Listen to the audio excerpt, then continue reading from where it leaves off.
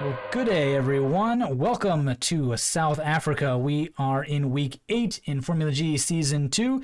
My name is Zotomo, and I'm joined as always by my co-caster, Calamity. How are you doing today? Good day, mate. I'm doing good. How are you? Yeah, I'm not sure what the South African accent is, but I Not just not made that that. one. No, not that one. I wanted to say good day, but it came out a lot more Australian than I wanted it Yeah, to. it did. So, yeah, anyway, let's take a look at the feature race locations for this matchup. We're pretty much entirely in the eastern half of the country, nothing too far to the west at all. Round one, we were in Liedenberg in the northeast corner, near the intersection of the R37 and the R36 Calamity. Yeah, not generally like small town South Africa is not too difficult to get. You kind of just look for a way out of the town to and then maybe uh either try to find the name of the town within it or just look for signs on the outside that maybe tell you what sort of intersection is somewhere close by. I think a lot of people made their way down to the intersection between the R36 and the R540. But even if you didn't, there were lots of mentions of Liedenberg in the city itself. And it is one of the cities that kind of stands out. Even though it's a relatively small city, you can see it from very far zoomed out. Um, so I've heard of it before, but even then I still, looked for confirmation with the road names. Mhm. Good. Round two saw us head down to the R502 between Makwasi and Stad. Leeuwendoorstad. Good luck pronouncing some of these South African town names. Again, just kind of out in the open, but really good intersections with signs, Calamity. Yeah, both an intersection where we started as well as about 100 meters to the west, which is a pretty good feature, especially since the stretch of road between Makwasi and Lloyd is relatively short, which meant that, it didn't have much trouble identifying the right one. And yeah, probably the most straightforward location you got. I don't think anyone would have moved past either of those two intersections. Mhm. Very nice. Round three saw us head a little bit to the south, just northwest of Durban, on the R617. Yeah, the first of two locations relatively close to Lesotho. This one just a bit northwest of Pietermaritzburg, in a small town that no one will ever pronounce correctly who's not from there. Um, Not too difficult, although you and maybe some other people struggled a bit with pinpointing it exactly, since compared to some of the other locations we've had here, there were no street names available close to the start. So you kind of Mhm. just had to work with what other roads do you have. There was also a PY for a taxi company that you could have maybe guessed might be what you spawned in front of. Um, Although, the taxis looked a bit odd, but Yeah, whatever, I would whatever not you have. want. Would have not have thought it was a taxi stand at all. Yeah, knowing So knowing that it is, you can kind of guess, okay, maybe, but yeah, you yeah. wouldn't just assume that given from that. But yeah, it was kind of the city was sort of located in a way that no matter which direction you would have gone, really, you would have eventually made your way to the main road, except if you had traveled south. But I don't. Let me just quickly check. I'm not sure if it actually goes the street view. No, street view is pretty confined. You pretty much have just one road in that town covered, actually. So no matter what you do, you'll find your way to the main road, and then you shouldn't have too many issues finding out where you are, at least. Yeah. Round four saw us head to the other side of Lesotho, on the R709. Yep, between Hophouse and Tweespruit. And this one was probably one of the only rounds where you really had to use the road direction to help you out Mm. a bit because you did spawn at an intersection, but the intersection itself, the road with which the R709 intersected, didn't really have a name. Or, well, it did have a name, but just not one that shows up on Google It doesn't Maps. show up. Mm. So you had to use the way the main road curves to make sure that you got the right intersection. But thankfully, again, similar to which round was it? I think it was round two, where the stretch between the two towns you've got on the sign, the stretch of road, isn't too long. So you didn't really have to search all that far to find the right spot. Yeah, it's pretty obvious what little stretch of road you're on, and then there's a very noticeable curve to the kind of northwest as you go northwest, and so that helps you figure out which road to use. Round five saw us head back near round two. We were on the 507 in Ottosdal, a bit of a tricky location, mainly because the pin wasn't in the right spot. Calamity. Yeah, that was the annoying part of that round, for sure. Because it kind of meant that if you had just placed a pin down randomly in the middle of the intersection, you would have been closer than anyone who actually properly took the time to pinpoint. Um, but, it's kind of a bit of a matter of luck, and eventually it evens out, hopefully. It didn't actually matter too much in most cases. Most people actually did properly take the time to pinpoint and were like between 7 and 15 meters off. The only one actually who didn't was Boxer, who therefore was only 3 meters off and saved himself first place, which we'll get to in a second. Whereas if he'd, taken the time and actually pinpointed where the location was, he would have fallen down to somewhere between third and sixth place. Mm. Yeah, so as you might be able to notice, a lot of these locations were at intersections with good signs or in towns. That is a feature of Mapper's South Africa map, that it is pinpointable, no middle of nowhere locations on long straight roads. So as we take a look at these scores, it definitely reflects that you had to be in the top 25. You had to get a perfect game to be in the top 12. Sorry, put it that way. M the Basement and Stills as Nick only dropping 10 points each, and they were in 13th and 14th, with me dropping 16 into 15th, and then kind of down from there. But yeah, distance really did come down to it, and that little one round means Boxa takes another podium. An American duo taking the second and third places in Carp and Berryfishy Bear. Calamity just missing out in 2 kilometers in fourth there. 2 kilometers, that would have been a lot 2 meters, in this sorry. one. Yeah, it would have been a lot. Yeah, 2 meters, sorry. Total distance away from those pin locations. 5 drivers actually this week not able to play. Tom Paula, Slovak goalie, Simi, and Danny Blondes. Simi going through a bit of a burnout. And Arglu has a lot of real life stuff going on, as well as Tom Paula just not able to connect. Slovak goalie and Danny Blondes have kind of been in and out this entire season, so nothing too surprising from them at least. But yeah, pretty much what you expected from this map, Calamity. Yeah, when you've got so many 25Ks, it always turns a bit into a lottery of who can get that slight bit closer. I mean, you've got 3 meters from 4th place to 9th place. So, yeah, and just as we said, the last round was off by so much that it just comes down a bit to luck in the end. Bad week for the Finns here. Emwicom and Max in 18th and 19th. So they'll hope they'll get a better shot next week in their home match.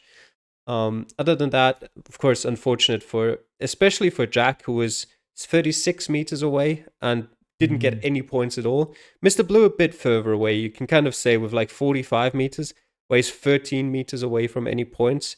You can say that's partly at least down to skill rather than just luck. Other than that, yeah, Boxer in first as always. No surprises there. Carp with another good week for himself. He kind of always seems to like flip-flop between like great performances and sort of average performances. Closed. Very Fishy Bear as well. So yeah, true. Closed at some points again. Our winner from last season still down there in the bottom half of the table, but with performances like that, maybe towards the end of the season, he'll at least get himself up towards sort of the mid-table.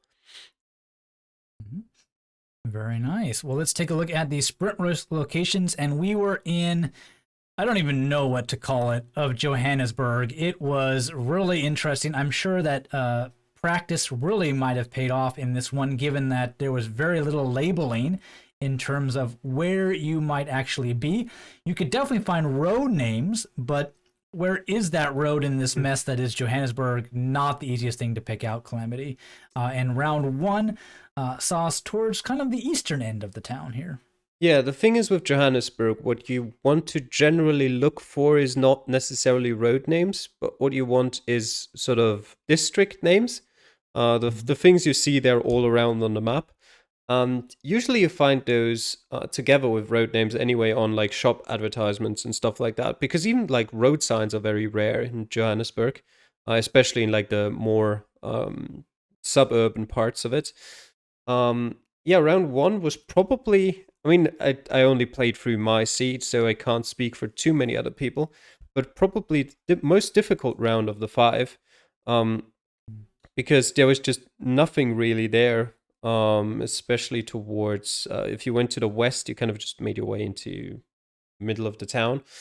Um, I personally didn't find anything until like 2 minutes, like 1.5 minutes in, and then eventually I found a street name, and I was like, yes, finally found a street name, and I remembered the road we had started on, and what I then did was I looked for the intersection between those two and put my pin there and clicked on guess. And that just wasn't the intersection we actually started on. It was like 4 intersections further south because I didn't realize that the road name I found was like I had traveled quite a bit to get there. And while it was like completely same like road direction and everything, it was just like if you see there the location number one was on the most southern of the yellow lines, the yellow roads, and I guess like on the yellow line 2 lines up. Bit unfortunate there, costing me quite a few points. But yeah, as I said, probably the most difficult of the rounds. Yeah, pretty tricky indeed. Round two saw us head up a little bit north of looked like a very major train station and near some college and museum stuff. Yep. In that area. I'm pretty sure the thing that would most likely get you to where you needed to be there was if you traveled just a bit west and then south over the bridge over all of those train tracks. And that probably, I mean, if you see that many train tracks, there's not a lot of places you can be. Yeah, exactly. Yeah, it really depends. I did not see that. I went the wrong way the whole time. Didn't see any train tracks at all. I did see a college and lots of nice buildings, and I thought, well, we must be downtown. Well, sort of, just north end of downtown for that one. Round three for you, Calamity, was kind of the furthest out of town location we had, just south of kind of the main city of Johannesburg. Yeah, and that's where we first where for the first time district names came into play there. We were in Offerton? I have no idea. Yeah, something like that.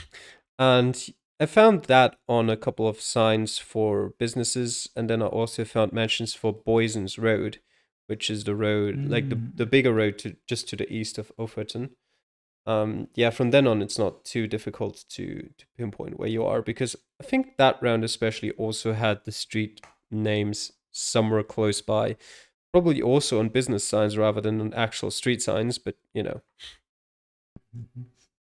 Nice. Round four saw us just off a major road that runs through the entirety of the city. So even if you find the name, you got to find the right end of it for this.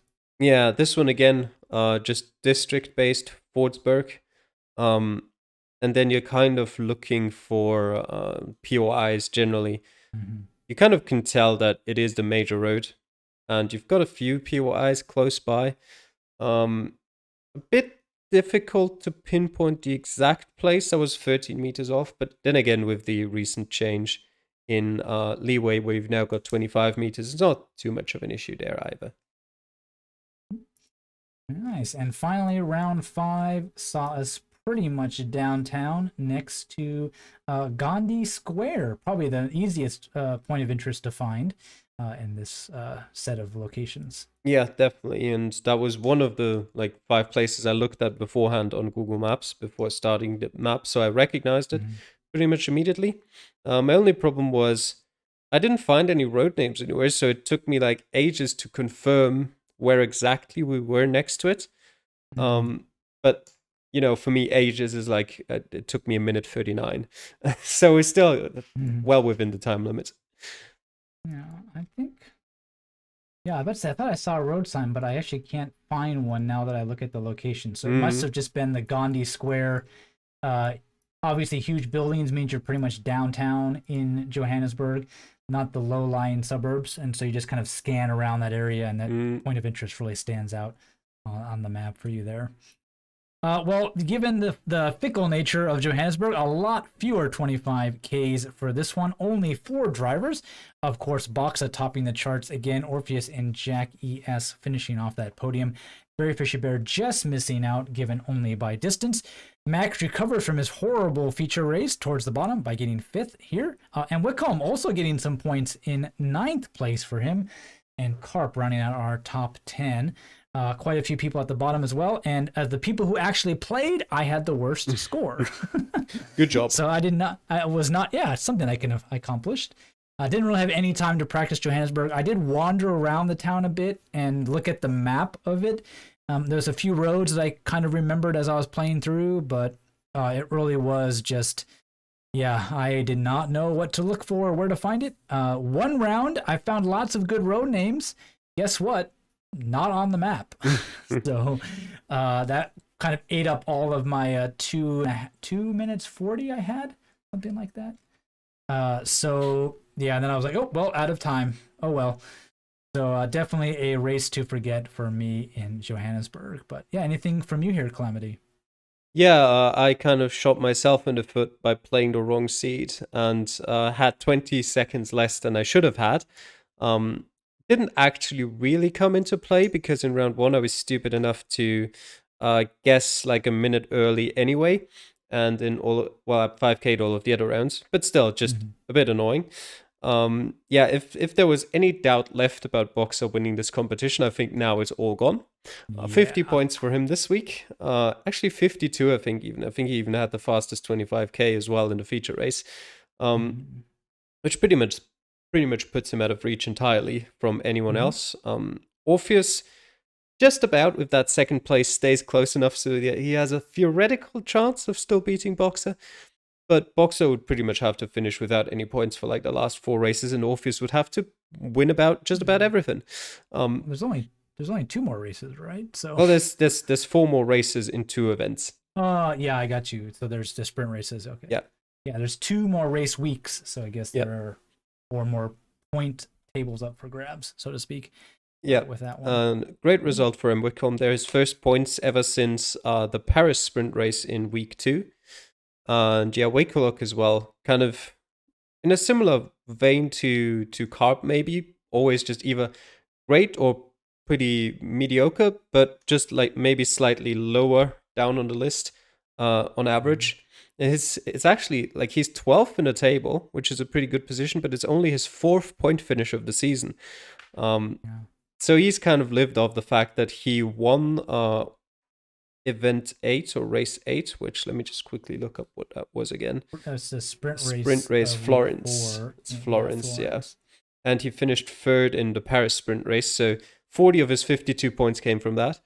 But yeah, good week for me as well. 4th and 6th, I'll take that happily. And for Barry Fishy Bear especially. 3rd and 4th, I think it was. So some great points for him. Oh, very nice. Really helping out Chariot Motorsports in their place finish for the Constructor Championship there. Let's take a look at these standings after 8 weeks, and that means 16 events. And sure enough, Boxa with almost 100-point lead, 99 points over Orpheus. Mr. Blue falling to 3rd place, a couple points behind Orpheus there. Calamity, you're sitting at 8. And I'm still way down there in 21st. Got 14 points, over 10. So I'm in double digits. And got 4 more races to go to try to boost that up a little bit more for that one. But anything out here, we're pretty much in the home stretch now. Not too many races left. I'm pretty sure the top 3 are going to stay the same. There might be a bit of shuffling with Orpheus and Mr. Blue, but not much else besides that. Yeah, there's 104 points still possible to be gotten. So Orpheus could theoretically still make it, but very unlikely Boxer will probably run away with it. The most exciting part for me actually is the fight for 5th place, where between Jack on 99 points and Barry Fishy Bear in 9th place, 4 places behind, 91. Only 8 points separating all of us there. So that could be very exciting going forward into the last 2 events. Also, as I mentioned before, Closed slowly sneaking his way up there. And with Ainaglu and Tall Impala not playing most of the time and Wakelok sort of being very hit and miss, he could still very much finish in the top half of the table there. Yeah, big chance for him.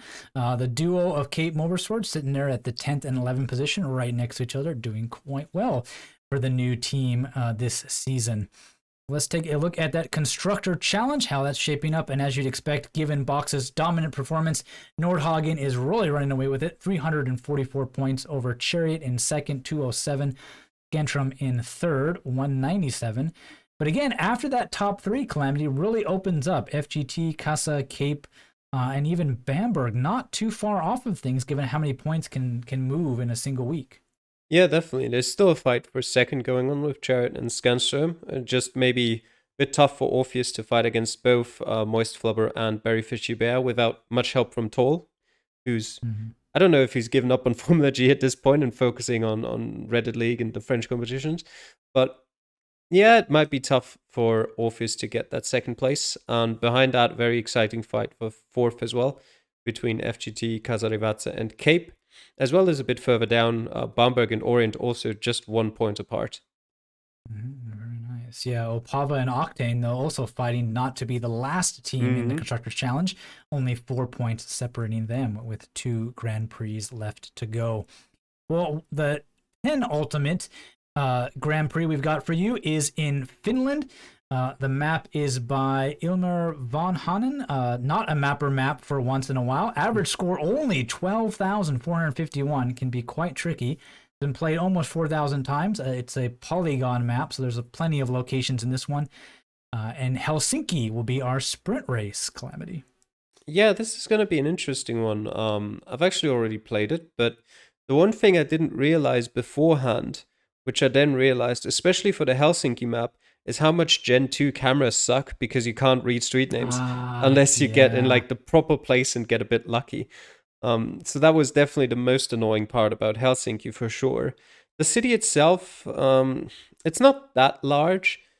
The main problem you've got there is that you don't really have much to help you pinpoint if you're further away from the sea.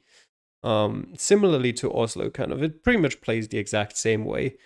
Finland itself is rather easy to find out where you are roughly in 5 minutes. But pinpointing exactly can be a bit tough because, well, there's not many straight roads necessarily in Finland. You've got a lot of sort of like long curves without many intersections at all in them. Yeah. So it can be very hard to get the perfect round 5 times in a row. Yeah. Is the ease of just finding out what region you're in because of the latitude, or No, because I know like there's a pretty good road system in Finland. The trick for me often is like, oh, we're in a small town on this like 3-digit road or something, or a 4-digit road, and I'm like, I don't know where that could possibly be. Yeah, it's mainly the road numbers that make it relatively easy. It's I wouldn't say it's very well signed, but still, with 5 minutes, you should be able to find a sign pointing you towards some road numbers, almost no matter where you go. And even if you don't find road numbers, you're relatively likely to find at least a sign with some bigger cities on it and some kilometers as well. Yeah, I know there's like the obviously it's a European country, so there's the E roads, but the red number signs for Finland are not too bad to find. It's those small little ones, and you're always next to a lake, right, or water, and you're like, well, we're next to water. Oh, Yep. That doesn't help you at all in Finland. So I kind of just got to disregard that almost entirely, other than maybe the directionality of where it is from your starting location to help you pinpoint. But yeah, definitely a very beautiful country. Looking forward to play it. We make this video as soon as we possibly can after the official results have been posted. But since you can play on your own, you play it within like minutes of the seed being released. So Calamity giving us a little bit of a sneak peek at what is to come for this one. Yeah, well, thank you all for watching. We've got 2 more weeks left to go in this competition, at least hoping to make second and third places a little bit competitive, with Nordhagen seeming to run away with the title with Boxa as well for that. But we will see you all next week in Finland. Take care. Bye.